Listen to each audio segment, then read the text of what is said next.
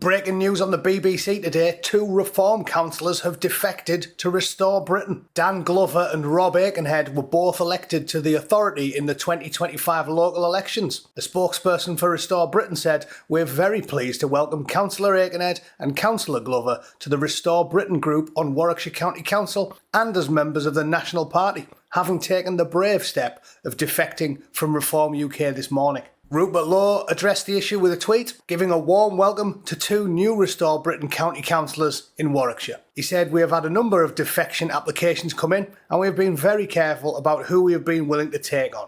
Rejections have been made, but if you are a councillor who agrees with our agenda and wants to join the team, then please get in touch with our Defection unit. Dan and Rob are patriots who want the best for their community, constituents and country. Just what we are looking for." Great news. It is great news, and I thought I'd address it because there's been a lot of whinging about Restore lately, and I'm here to assuage people that are a little bit angry at the stance Rupert Lowe publicly advocated just a few days ago. Also, if you're actually patriotic and you actually care about this country and you think that it's a bad thing that despite 50 years of people voting for less immigration, we've just been force-fed 20 million third world men anyway, I'd suggest, hang on, I'll blow it up for you.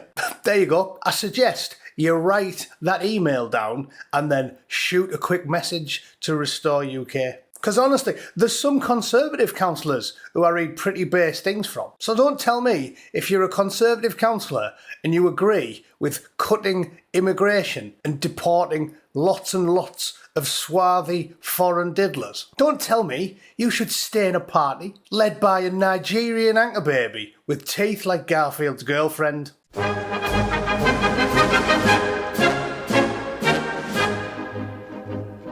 Right, so here they are, Dan Glover and Rob Aikenhead, based people that thought, hang on a sec, Reform has gone all wishy-washy, right? They've done exactly what Boris Johnson did. Johnson rose to power off the strength of his grassroots support from Conservative people that are massively concerned about illegal immigration. And what did he do? He slithered into Downing Street, fat albino jellyfish that he is, and promptly started embracing left-wing policies. Yeah, his missus was whispering in his ear. He suddenly turned all Ed Miliband, started whinging about the environment. Well, I mean, that's weird for Boris Johnson, isn't it? If I had a complexion like badly stirred porridge, I'd want things to heat up a bit, so maybe my face would melt and I might look more like a normal human.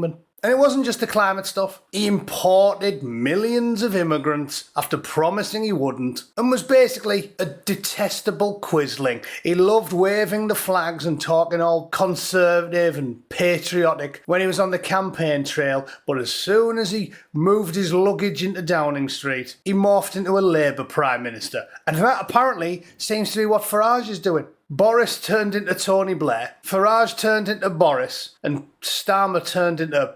well, it depends on the issue of the day. If he's dealing with right-wing protesters, Robocop. If he's dealing with foreign sex offenders, Jeremy Corbyn. He's a strange one. And now I want to address the controversy, right? If you haven't heard, because you don't pay as much attention as me, Rupert Lowe made lots of people very, very angry because he said this. We've actually produced a document so people can read what our plan is to try and restore the British Constitution and Britain for the tax-paying, honourable, decent, law-abiding British people.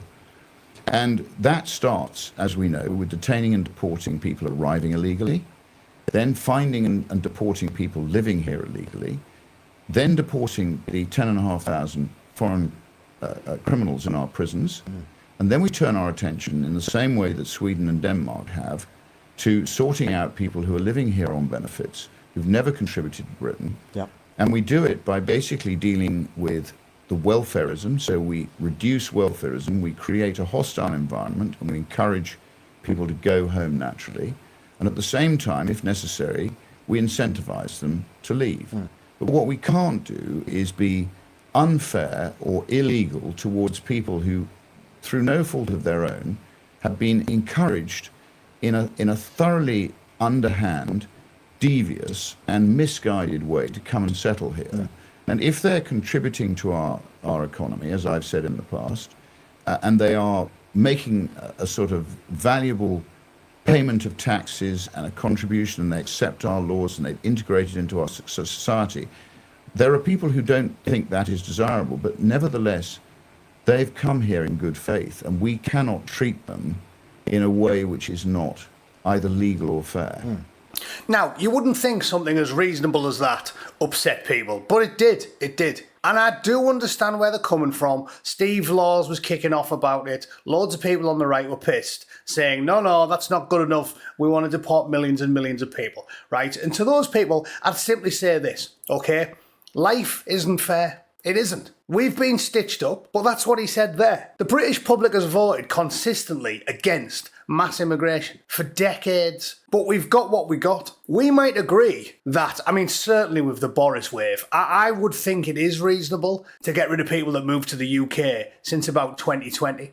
But at the end of the day, it is never going to happen, ever, under any serious political party.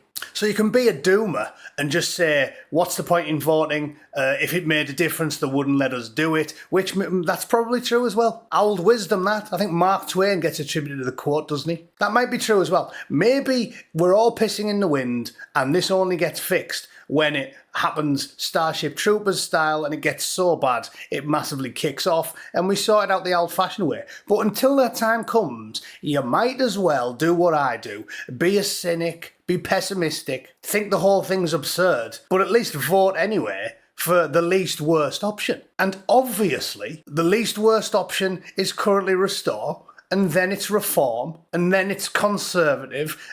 There's a pecking order, and you've got to pick one. This right-wing purity spiral is preposterous. If Rupert Lowe's not right-wing enough for you, I'm sorry to tell you that 95% of the country isn't right-wing enough for you. And that's fine as well. I'm totally on board with people being left to their own opinions. If you want to be 3 steps right of Adolf's right bollock, right, you can be. But just be aware, the general public ain't coming along for the ride with you. The great British public seem to be willing to tolerate people like Nigel Farage and of course Rupert because he's reasonable. And if people like Rupert and possibly Farage get in power, I'm sure they will do a much better job of deporting foreign criminals, being very stingy with visas and actually doing things that we like. But I'm telling you, if you think Rupert Lowe is too left-wing, 95% of the British public doesn't agree with you. I don't, and I'm very right-wing at this point. I'd like to see millions of people get deported.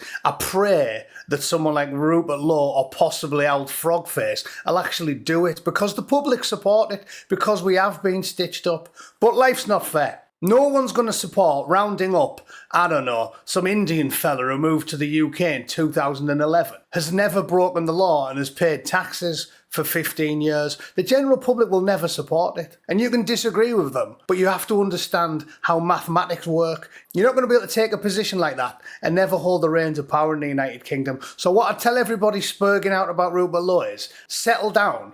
Life's not fair. That's the best you're going to get. All right?